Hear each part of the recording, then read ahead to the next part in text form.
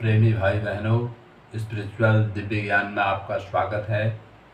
आज मैं भागवत गीता का 16वां अध्याय सुना रहा हूँ। आप लोग ध्यान से सुने, औरों को भी सुनाएं और अपने जीवन में भगवान की भक्ति प्राप्त करें। श्री भगवान बोले, भय का सर्वदा भाव, अंतःकरण की पूर्ण निर्मलता, तत्व ज्ञान के लिए ध्यान योग में निरंतर दृढ़ स्थिति और सात्विक दान, इंद्रियों का दमन, भगवान, देवता और गुरुजनों की पूजा तथा अग्निहोत्र आदि उत्तम कर्मों का आचरण एवं वेद शास्त्रों का पठन पाठन तथा भगवान के नाम और गुणों का कीर्तन, स्वधर्म पालन के लिए कष्ट सहन और शरीर तथा इंद्रियों के सहित अंतःकरण की सरलता, मन, वाणी और शरीर से किसी प्रकार भी किसी को कष्ट न देना, यथार्थ और प्रिय भाषण, अपना अपकार करने वाले पर भी क्रोध का न होना, कर्मों में कर्तापन के अभिमान का त्याग, अंतःकरण की उन्नति अर्थात चित्त की चंचलता का अभाव,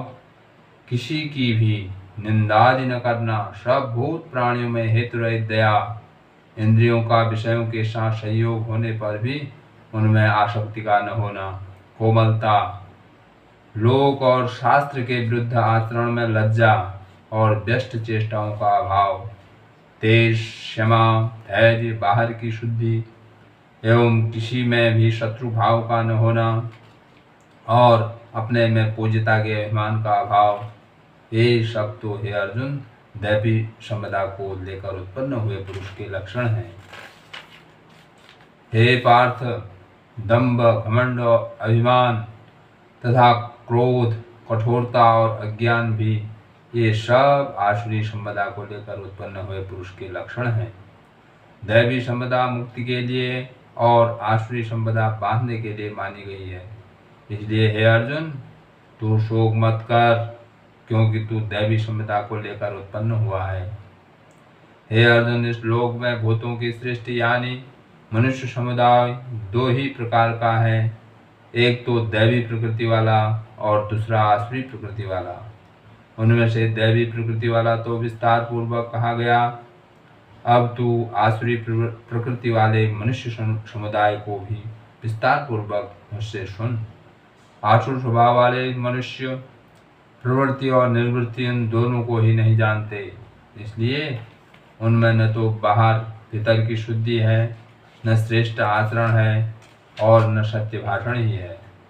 वे आसुरी प्रकृति वाले मनुष्य कहा करते हैं कि जगत आश्रय रहित है, सर्वदा असत्य और बिना ईश्वर के अपने आप केवल स्त्री पुरुष के संयोग से उत्पन्न है, अतएव केवल काम ही इसका कारण है, इसके सिवा और क्या है। इस मिथ्या ज्ञान को अवलंबन करके जिनका स्वभाव नष्ट हो गया है तथा जिनकी बुद्धि मंद है, वे सब का अपकार करने वाले क्रूर कर्मी मनुष्य केवल जगत के नाश के लिए ही समर्थ होते हैं। वे दंभ, मान और मद से युक्त मनुष्य किसी प्रकार भी पूर्ण न होने वाली कामनाओं का आश्रय लेकर अज्ञान से मिथ्या सिद्धांतों को ग्रहण करके और भ्रष्ट आचरणों को धारण करके संसार में विचरते हैं तथा वे मृत्यु पर्यंत रहने वाली असंख्य चिंताओं का आश्रय लेने वाले, विषय भोगों के भोगने में तत्पर रहने वाले और इतना ही शुभ है इस प्रकार मानने वाले होते हैं। वे आशा की सैकड़ों फांसियों में बंधे हुए मनुष्य काम क्रोध के प्राण होकर विषय भोगों के लिए अन्यायपूर्वक धनादि पदार्थों का संग्रह करने की चेष्टा करते हैं। वे सोचा करते हैं कि मैंने आज यह प्राप्त कर लिया है और अब इस मनोरथ को प्राप्त कर लूँगा, मेरे पास यह इतना धन है और भी यह हो जाएगा, वह शत्रु मेरे द्वारा मारा गया और उन दूसरे शत्रुओं को भी मैं मार डालूंगा। मैं ईश्वर हूँ, ऐश्वर्य को भोगने वाला हूँ, मैं सब सिद्धियों से युक्त हूँ और बलवान तथा सुखी हूँ। मैं बड़ा धनी और बड़े कुटुंब वाला हूँ, मेरे समान दूसरा कौन है। मैं यज्ञ करूँगा, दान दूंगा और अमोद प्रमोद करूँगा। इस प्रकार अज्ञान से मोहित रहने वाले तथा अनेक प्रकार से भ्रमित चित्त वाले मोह रूप जाल से समावृत और विषय भोगों में अत्यंत आसक्त आसुर लोग महान अपवित्र नरक में गिरते हैं। वे अपने आप को ही श्रेष्ठ मानने वाले घमंडी पुरुष धन और मान के मद से युक्त होकर केवल नाम मात्र के यज्ञों द्वारा पाखंड से शास्त्र विधि रहित यजन करते हैं। वे अहंकार, बल, घमंड, कामना और क्रोध आदि के परायण और दूसरों की निंदा करने वाले पुरुष अपने और दूसरों के शरीर में स्थित मुझ अंतर्यामी से द्वेष करने वाले होते हैं। उन द्वेष करने वाले पापाचारी और क्रूर कर्मी नराधमों को मैं संसार में बार बार आसुरी योनियों में ही डालता हूँ। हे अर्जुन, वे मूढ़ मुझको न प्राप्त होकर ही जन्म जन्म में आसुरी योनि को प्राप्त होते हैं, फिर उससे भी अति नीच गति को ही प्राप्त होते हैं, अर्थात घोर नरक में पड़ते हैं। काम, क्रोध तथा लोभ, ये 3 प्रकार के नरक के द्वार आत्मा का नाश करने वाले अर्थात उसको अधोगति में ले जाने वाले हैं।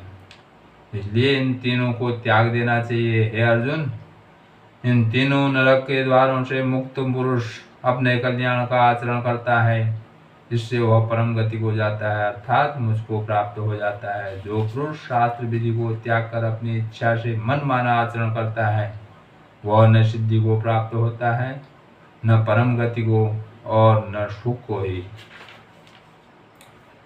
इससे तेरे लिए इस कर्तव्य और अकर्तव्य की व्यवस्था में शास्त्र ही प्रमाण है, ऐसा जानकर तू शास्त्र विधि से नियत कर्म ही करने योग्य है। बोलो सच्चिदानंद आनंद कंद भगवान की जय।